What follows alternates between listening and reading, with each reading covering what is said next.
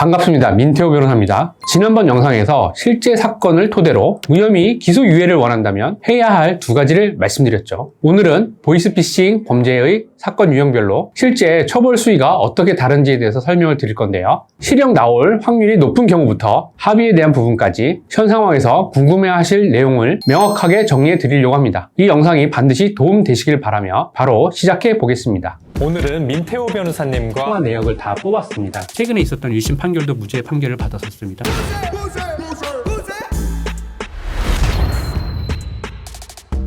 우선 가장 많이 오해하시는 것부터 짚고 시작하겠습니다. 유튜브에 보이스피싱이라고 검색을 해보면 관련해서 보이스피싱 인출책, 보이스피싱 수거책, 전달책, 송금책 이런 식으로 내가 가담한 유형이 무엇인지를 넣어서 검색해 보시는 분들이 많은데요. 아마도 이렇게 검색을 하시는 이유는 나와 가장 비슷한 상황의 사람들의 후기를 찾아보거나 처벌 수위, 합의 방법 등을 알아보기 위해서일 거예요. 하지만 수많은 보이스피싱 사건을 진행해온 변호사로서 말씀드리건대 판사가 얼마만큼의 처벌을 내릴지는 이러한 인출책, 수거책, 전달책, 송금책 등 내가 어떤 유형인지와 크게 상관이 없습니다. 왜냐하면 보이스피싱은 혐의가 인정될 경우 사기죄 또는 사기 방조죄의 형법으로 처벌하는데요. 사기죄는 많은 범죄 중에서도 내가 일부러 그랬는지 모르고 그랬는지 피해자는 몇 명인지 피해 금액은 얼마인지 상대와 합의가 됐는지 등 처벌을 내릴 때 고려할 것이 엄청 많습니다. 그래서 A라는 사람과 B라는 사람이 똑같이 보이스피싱 전달책 역할을 했다고 하더라도 A는 무혐의나 집행유예로 끝나는 반면 B는 초범인데도 6개월의 단기 실형을 받는 등 보이스피싱 주요 범인들이랑 비슷하게 처벌받는 경우가 적지 않아요. 따라서 다른 분들의 후기를 찾아보시는 건 사건 초기 큰 틀에서 방향을 잡거나 저 사람은 저런 증거자료를 준비했던 것이 도움이 됐구나, 저 사람은 저렇게 합의했네, 이 정도로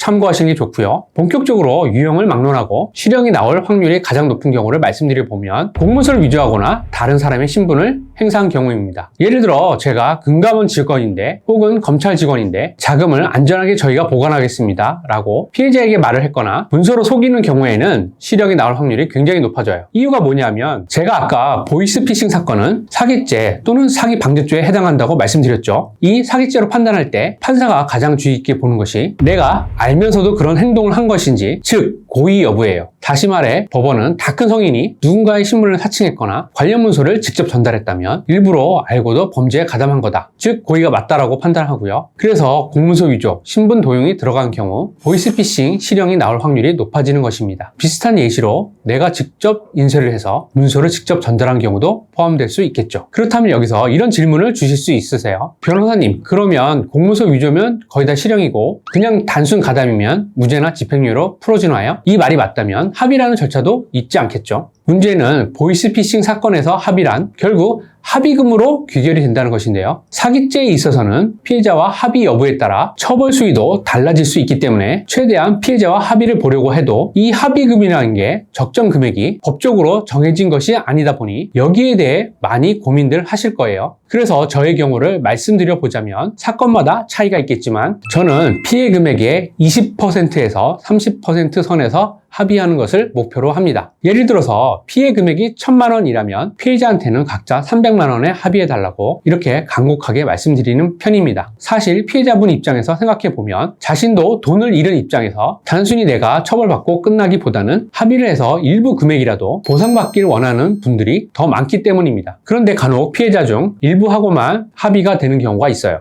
예를 들어서 피해자가 3명이라고 할 때 2명하고는 합의가 됐는데 1명하고는 합의가 안 되는 경우입니다. 왜 안 될까요?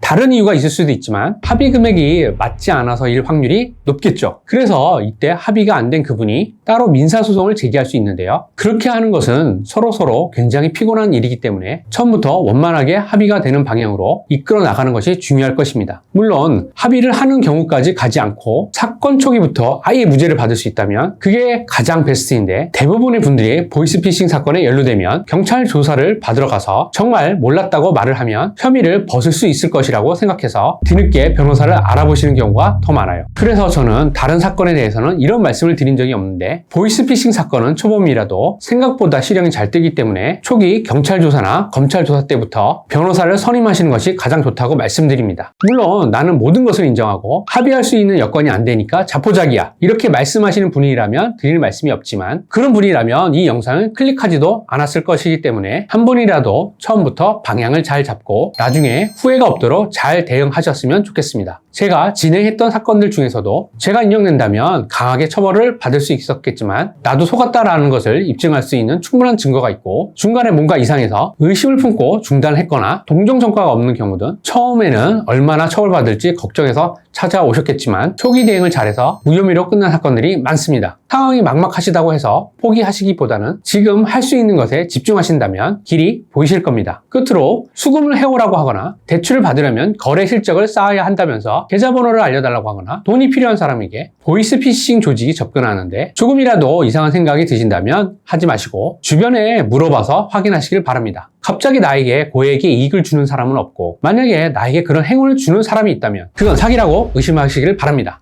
여기까지 보이스피싱 처벌에서 합의까지 많은 것을 설명해 드렸는데 정리가 되셨는지 모르겠습니다. 혹여나 오늘 설명드린 내용 이외에 막막한 부분이나 궁금하신 사항이 있다면 댓글로 남겨주시고요. 여기까지 민태호 변호사였습니다. 감사합니다.